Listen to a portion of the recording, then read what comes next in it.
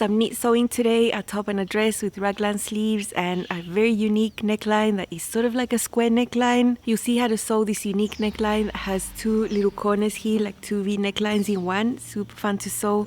Stay with me. Sneak peek. Hi sewing friends, I'm Karina from liftingpinsandneedles.com. Welcome to this channel that is all about sewing, limitless sewing, and today I've got some knit sewing for you. And this is a brand new pattern from Itch to Stitch called the Glenelly top and dress. As soon as I saw the line art, I was immediately hooked into this neckline.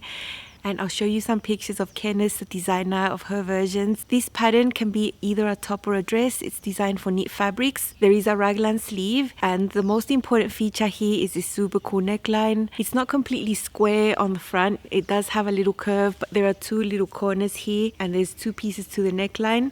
One that goes here in the center front, and the other one is a longer one that starts there, goes around and finishes there. Such a unique, different looking neckline. It's not a V, it's not a round neckline, and it's super fun to sew. If you want to just sew a top, it'll be a simple top, raglan sleeves, short sleeves with this cool neckline, fitted top that reaches the mid to high hip area around there.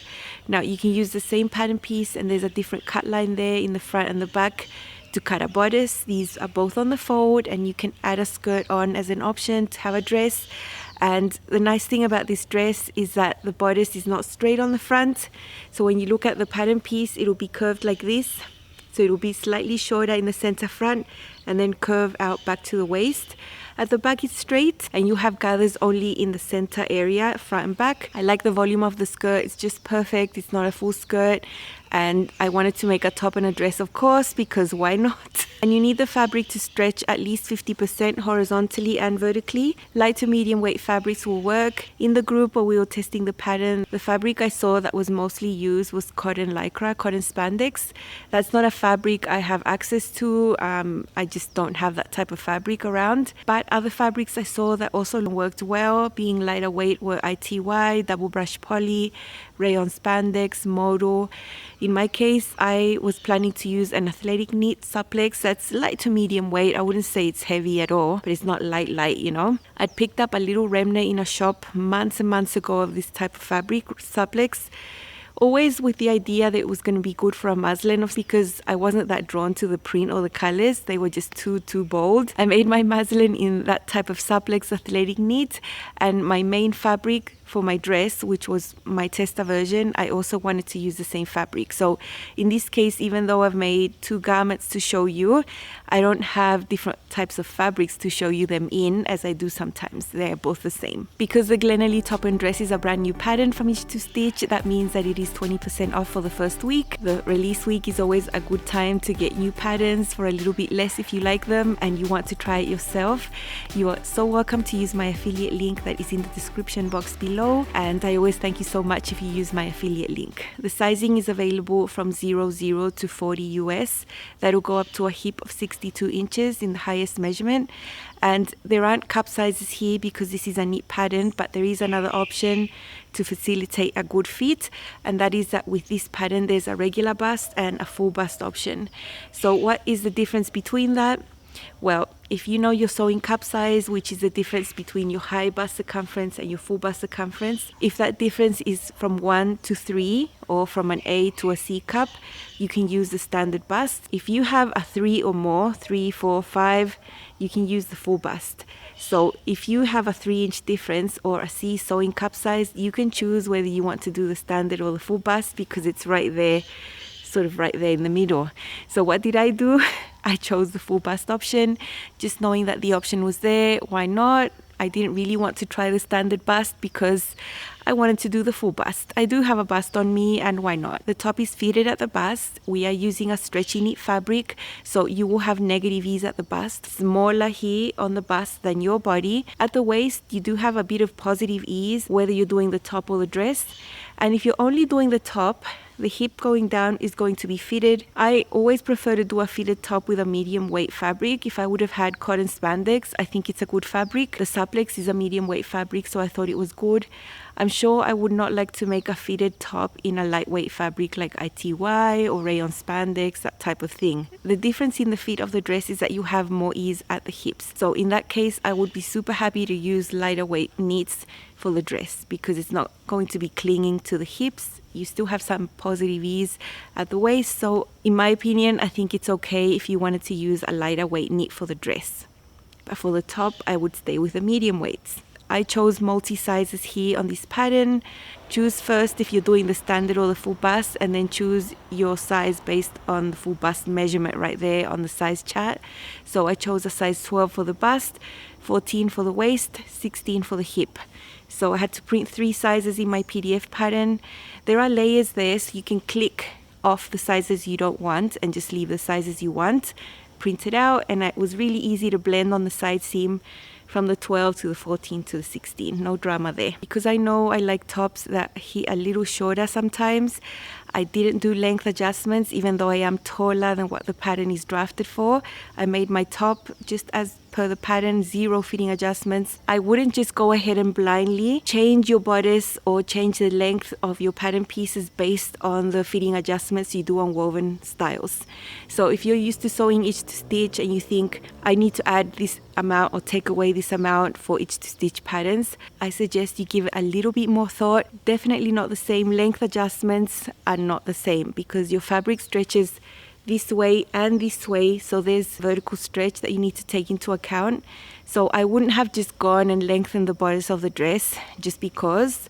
No, I think you need to give it a bit more thought, and if you just blindly add length to things designed for knit fabrics, you might end up with really long bodices and just waistlines that don't hit at the waist, hit lower. Yeah, just be careful with that. Don't just blindly do your fitting adjustments that you know that you might need with woven patterns. The only small adjustment I made at the back was to shorten the bodice length at the center back by 3/8 of an inch, tapering to nothing at the side seam. That is all the adjustment I needed.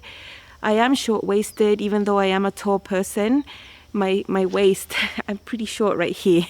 So I checked that with my muslin first, and then I cut out my bodice pieces for the dress. One thing about the fit that I want to mention is that it might look different on you if you have narrow shoulders.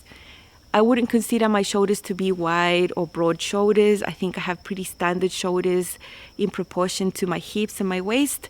But there might be some of you who have narrow shoulders, and so this neckline might look wider, like offset wider on your body. Ken has included a link in the pattern to a blog post showing how to do a narrow shoulder adjustment on this type of top. It's different to a narrow shoulder adjustment you would do on a regular type of armhole with a regular sleeve.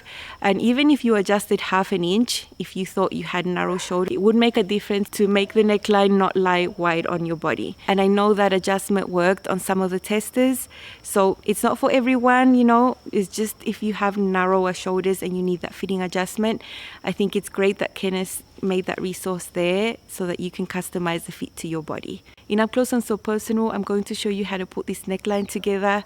You might have never sewn a neckline like this. At least I don't see many necklines out there that have these 2 little corners right here, like sewing 2 V necklines in one. You do need to slow down and have a bit of precision there if you want the result to be super nice. So let's go ahead and see how to sew on this really nice neckband.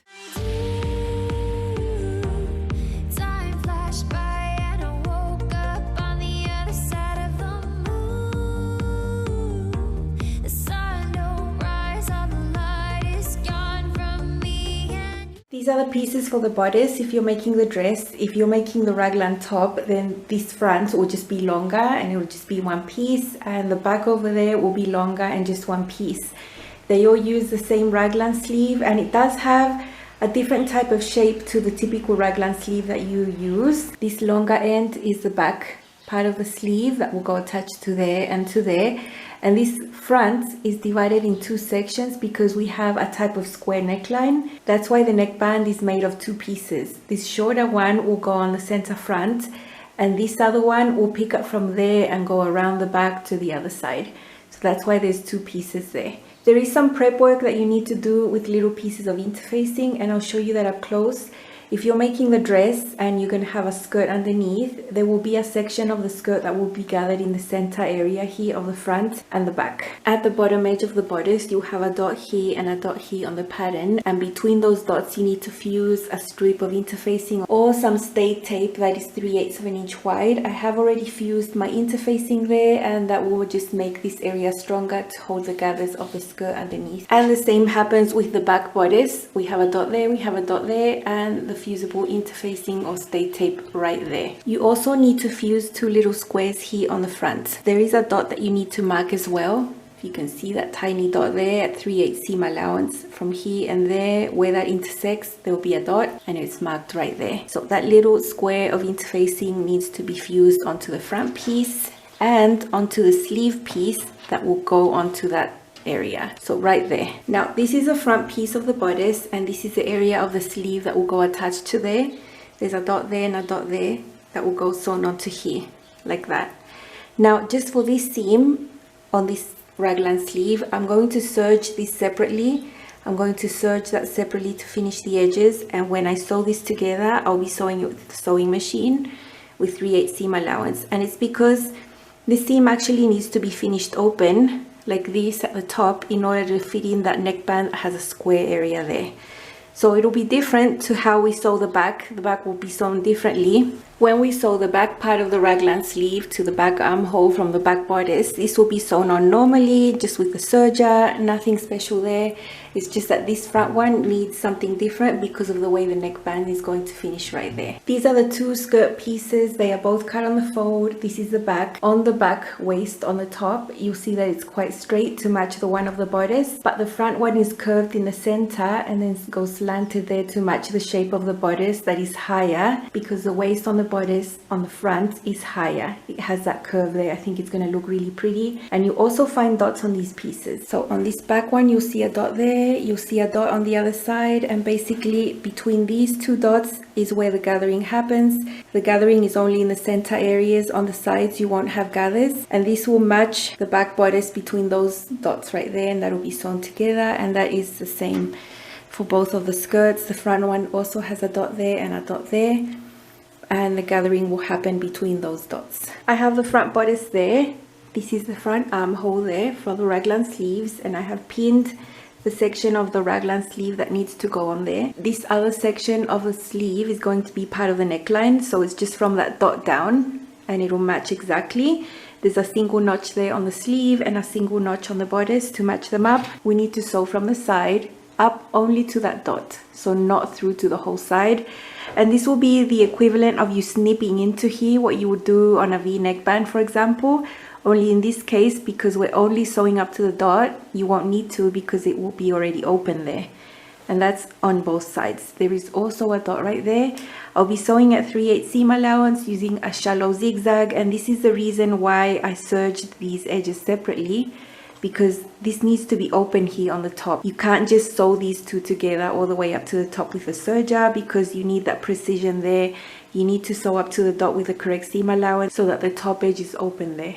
So we'll just go ahead and sew these on the sewing machine. These are the settings I'm going to use on the sewing machine. The width of it is super flat, and that's the length. So it'll look sort of like a straight stitch, but it will allow stretch.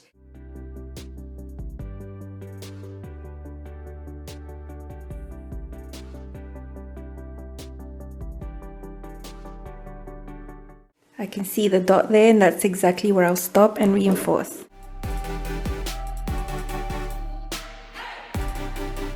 You can see the sewing goes right up to the dot. When the seam is open, you'll have this area open like that. And this will be the equivalent of you snipping into that V section that we're going to sew later, but you don't need to snip because the seam hasn't been sewn. So it'll be a nice clean finish on the square area of the neckline and the neckband. After sewing the front arm side, we have the other side of the raglan sleeve that will meet the back bodice. The back bodice is the one that has the higher neckline that looks like that, and these 2 will meet, matching the double notches of the bodice with the double notches of the sleeve. And this seam will be very normal. I'll just do this on the serger, trimming away some seam allowance as I go, because this uses a 3/8 seam allowance. So I'll just sew these 2 simple seams, and then we'll be back to sew on this square neckline.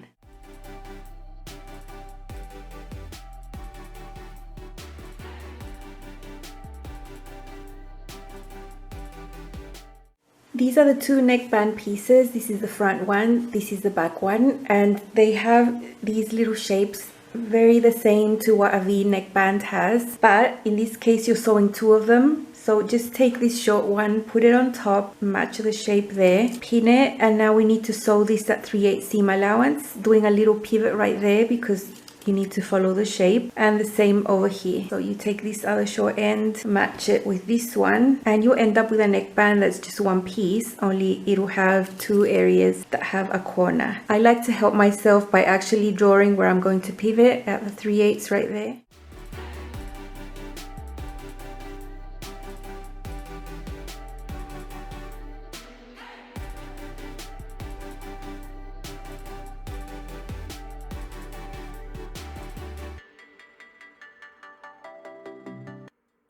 Now we need to snip there up to the dot like that, and the same on this other side. Now we open up these seam allowances and put them on top of each other, and then we have one of the corners of this square type of neckline, and the same for the other side. There's something that I like to do to keep these seams right on top of each other, and that's just to do a quick hand baste here. I catch the seam, bring the needle to the other side and go right through the seam again, and it just helps this be more accurate in the long run. This is super easy to remove later, but it really helps to do this extra step. On these two little corners, what happens now is that we need to do some stay stitching, and that will hold this in place, and then it will be easier to sew this to the neckline. So where we have that seam, if you take about an inch that way and an inch that way, we're going to do a stay stitch with a regular straight stitch and that 3/8 seam allowance from the edge right there. So it'll be like that, pivoting, and like that. And at this point we might as well cut these little excess bits here that we have from the band. From that seam a distance away, about an inch, we're going to stay stitch. Okay, that's how that looks. Okay, this is how our band is going to look. This shorter area that has the corners is going to be the front, and then all this is going to go up to the back. You'll find raglan seams around this area as well. So I'm just going to make sure to mark center points, the center of this shorter band, that's the center of the small band, and the same with the back. This is prepared, but we'll put it aside for a little bit, and we'll come back to this neckline. This is the neckline and this is the front. These are the front seams that you had to sew up to a certain point, up to the dot. Here we're also going to do some stay stitching, and it's basically the same as we did with the band at 3/8 of an inch, which is a stitching line. That's a seam allowance that the band uses. So we're just going to pin this down, the seam allowance there. So from there, pivot right there where that opening is, and then there for about an inch, and you can see that you do need this seam allowance to be open like this, and that's the reason why I serge these edges separately. I know knits don't fray and you don't need to serge them, but I can't deal with having raw edges in there that just look ugly.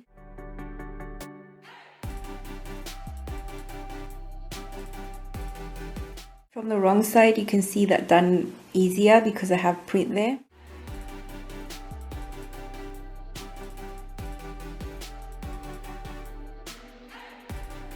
This is the neckline. I've got my bodice wrong sides up, as you can see. Seam allowances are open there. I've done that stay stitching that you've just seen, and this is the neckband. This short area here that has the two corners is what's going to match this section there. I have a pin marking the center of the band and a mark there marking the center on the bodice, and this is the way I like to do it.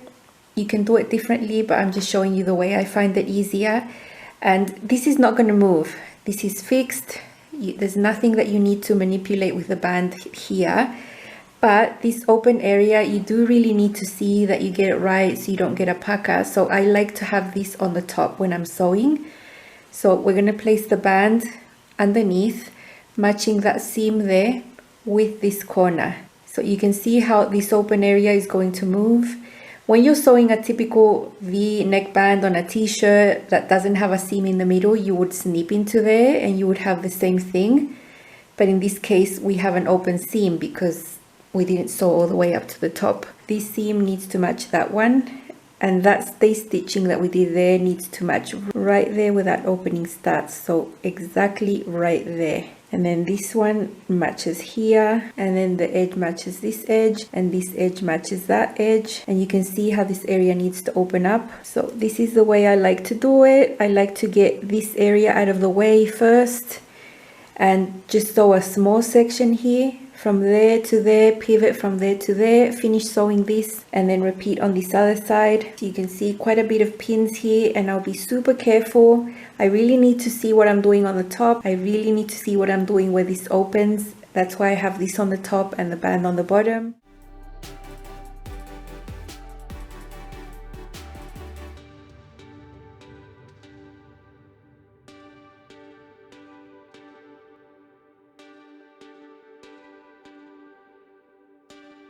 Where the needle's going in now is exactly on that seam and on the middle seam on the band that's underneath. I can pull this one out, lift my presser foot, make sure the two edges of the band underneath are together, match it up with this raw edge and pivot, and then sew on this side a little bit more.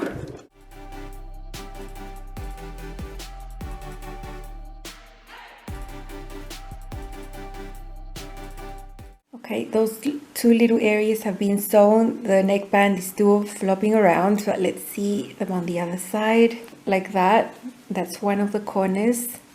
So that's already done the tricky bit. On this side it's matching as well. Now if you can see part of the stay stitching you did before, that can be removed later, so I will definitely be doing that. Now let's flip this the other way. Now we have the right side of the fabric facing up. This is the shorter area of the band. And remember, I had the pin marking the center and a line there marking the center. Now I'm going to align those. And you can see that you'll need to stretch your band to meet the neckline. That's what you have to do with all the neckbands. That's what happens with that little short one, like that. And then at the back, you will match this center of the neckband that had a pin. I'd done that earlier with the center of the back, which is right there at that mark. Match those up. And then from here to there, you will also have a larger neckline than the band that you would have to stretch the band to meet there. I have the same excess there, and then the same on this other side. And now we can sew the neckband. We can start here. This is sewn partially, so you just start somewhere around there. Keep sewing until you get to there. This is already sewn, so you'll stop at some point, skip that little part that's sewn, and then finish sewing this center area. And you'll be stretching the band as you go, keeping all the raw edges together. And I'll be using 3/8 seam allowance and a shallow zigzag for this. You can see where my stitching stopped. When I did this small section, I'll just start around there. Stretch this neckband to match what's underneath, which is the neckline, keeping the raw edges all together.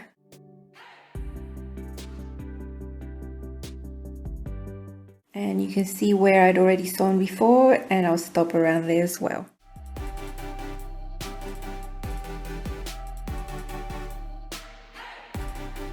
Now I'm going to pick up there because that area has already been sewn.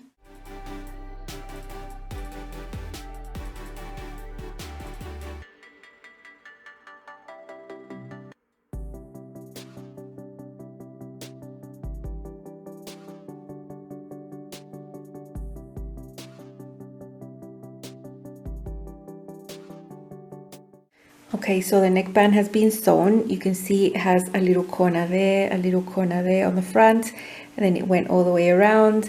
Now this is all raw. I'm going to serge this now from the inside, and then I'm going to do a top stitch right there on the edge to hold it flat. It looks puckered right now, and it's supposed to. The neckband is always supposed to be smaller than the neckline. Once you give it a good press and a tidy up, it'll be perfect, and it'll keep this flat against your chest. I would not sew this neckband with the serger. There is no way I would just go directly with the serger like I'd do on a regular round neckband with a scoop neckline or a crew. I'd do those directly on the serger, but not this, not with those little corners and the precision that you need.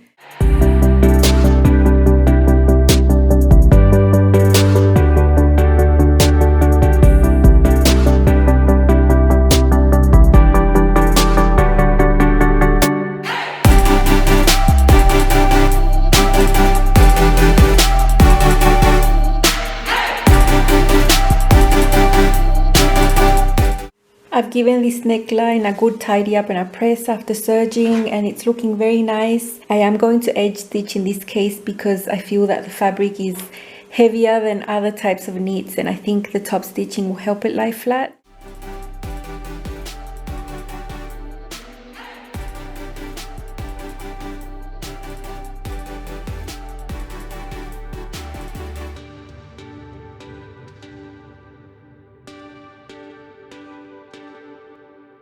This is my muslin. This is a Suplex material. It's so nice. It's super fresh to wear, wicking, very nice to do sports in. And when I saw this in the shop, I thought, oh, you know, that green is so bold, that pink, you know, it's not my style. I usually like blues and reds. These types of colors are not really my thing. And especially because it's on a white background. I'm mainly drawn to darker backgrounds in prints. So I made it. I served its purpose as a muslin. I like how the neckline looks, everything. I just really enjoyed the fit, everything. I left this hanging on the door of my wardrobe in my sewing room, and I kept looking at it over the next few days. The colors just grew on me, and I decided to take some pictures and show you the garment because it is perfect. It's totally perfect, 100% wearable. I wouldn't say this is a non-wearable muslin because it turned out really good. So I'm sure there's going to be a time and place where it's hot, maybe at some beach or pool, where I can wear this with a little skirt and feel super comfortable. The neckband here has the corner right there and the corner right there. From these two corners, it is slightly curved, so it's not straight. And that's why it doesn't look really straight on the body. Sometimes I don't top stitch neckbands, but this is a very narrow band, so I thought it would benefit from top stitching right there. And it's lying so nice and flat. There's a raglan sleeve. There is the hem with the twin needle, and the hem at the bottom with the twin needle. No seam at the back, it's cut on the fold, and it's such a nice top. The neckline gives it all the wow factor, in my opinion, so let's see how this one looks. This is my Glenelly Raglan top, and I made this one first as a wearable muslin. This is not my favorite fabric. It's very bold. It's got a white background, which is normally not what I wear. It is the same type of athletic knit I was planning to use for the dress, so perfect to test the fit. And I actually will wear this. It's grown on me after looking at it for a few days. I made the original length of the shirt. I didn't lengthen it, although I am taller. I like this length. I wouldn't want it longer than this on me. This is how it looks on the back for me. I'd be glad to wear this top out now that these colors have grown on me. I think it's really pretty in the end with the green and the pink. I think in the end the colors are pretty, and this top is super pretty. I love this neckline. I really enjoyed sewing this. Super fun technique, and it is essentially like just doing two V-neck bands but in one. You have a corner there, you have a corner there. There is a neckline up closer. You can see that seam there, that seam there. It is a narrow band, so I thought top stitching was really going to keep it flat. Sometimes I don't top stitch, but I did for this one. When you make the dress version, you use the same pattern piece, only there's a separate cut line there for you to cut out the bodice separately for the front and the back, and then you have your separate skirts. And I really like it. Even though I was planning for this to just be a muslin, it's totally 100% wearable and totally perfect as well. Dance with me.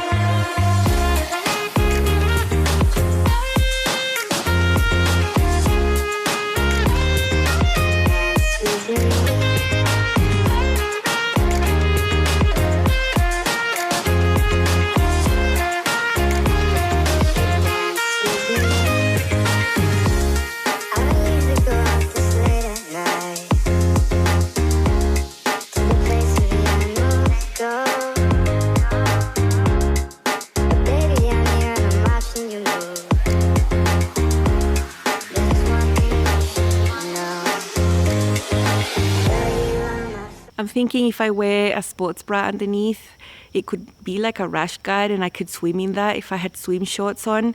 I can see so many possibilities for that version that has colors that are a bit out there, even for me. Over a year ago, I made a hoodie. I love that fabric. I like how it feels on the body. I returned to that shop a few months later and they still had yardage of the same fabric.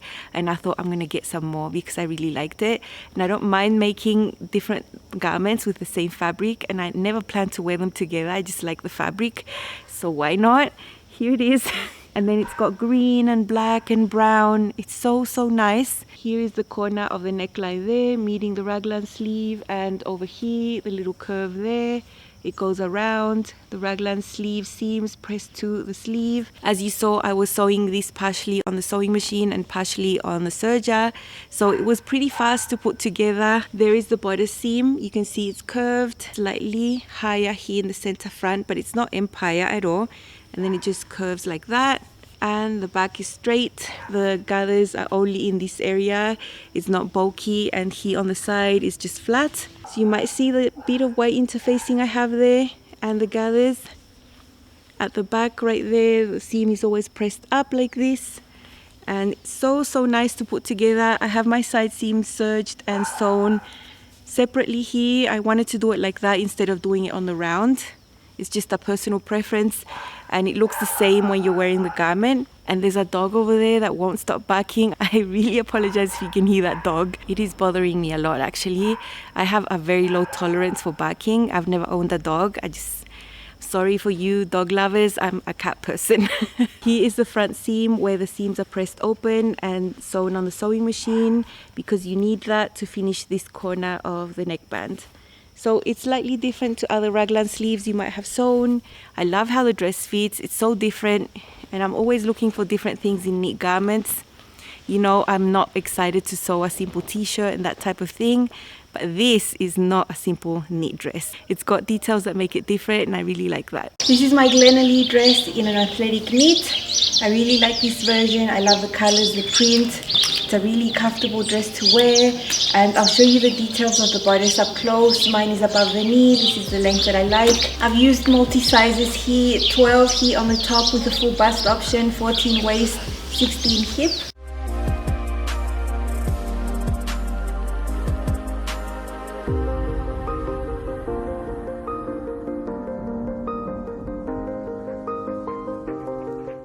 And you can see that the bodice is higher here on the center front and then curves out up to the waist.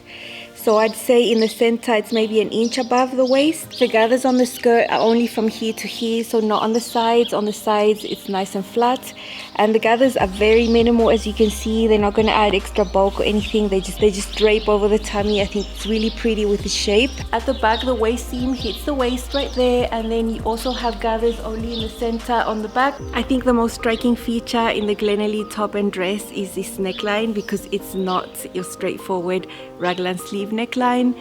So the raglan sleeve is shorter here, comes from there, and then you have that corner there that makes it a bit of a square, but also sort of rounded in the center. So it goes down there, you have two corners there, and then down there. I think it's really cool.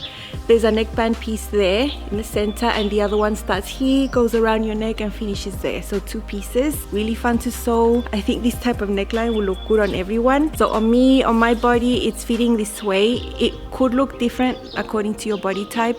I think maybe if your shoulders are narrower, this could look wider on you, but this is how it looks on me. And my bra straps are very well covered under there. There's a good distance between the edge and my bra strap right there.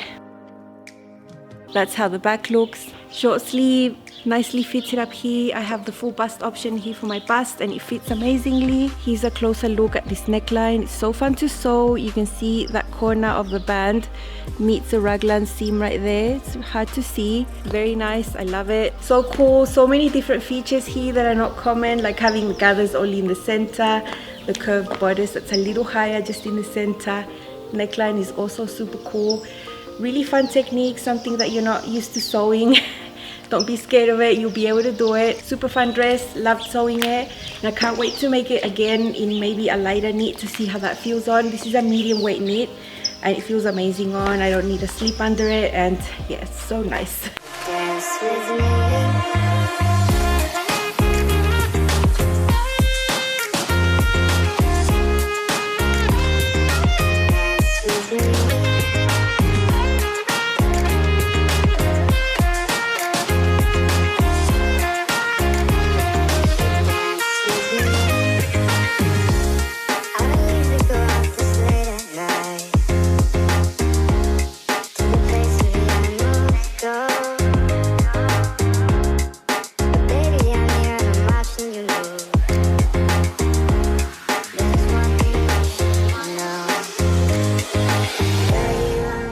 These two garments, the top and the dress, they didn't take long at all to make.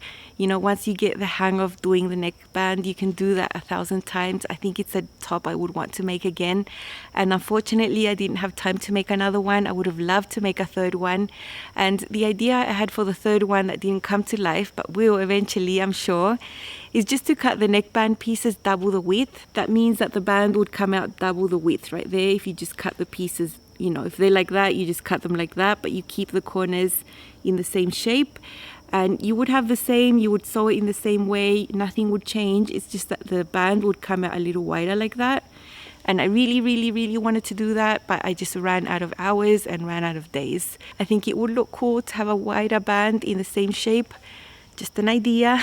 I love Raglan sleeve tops. They're just so easy to sew and easy to fit. They always look really nice. And the fact that this one has something different with the neckline made me really excited to sew it and to wear it, because it is different. Who doesn't like a different neckline? At least I do. I really recommend the pattern. If you like the style and you want to get the pattern for yourself, remember it's 20% off and the link is down below in the description box. That is all I had for you today, and I'll see you again very soon with more sewing. Bye.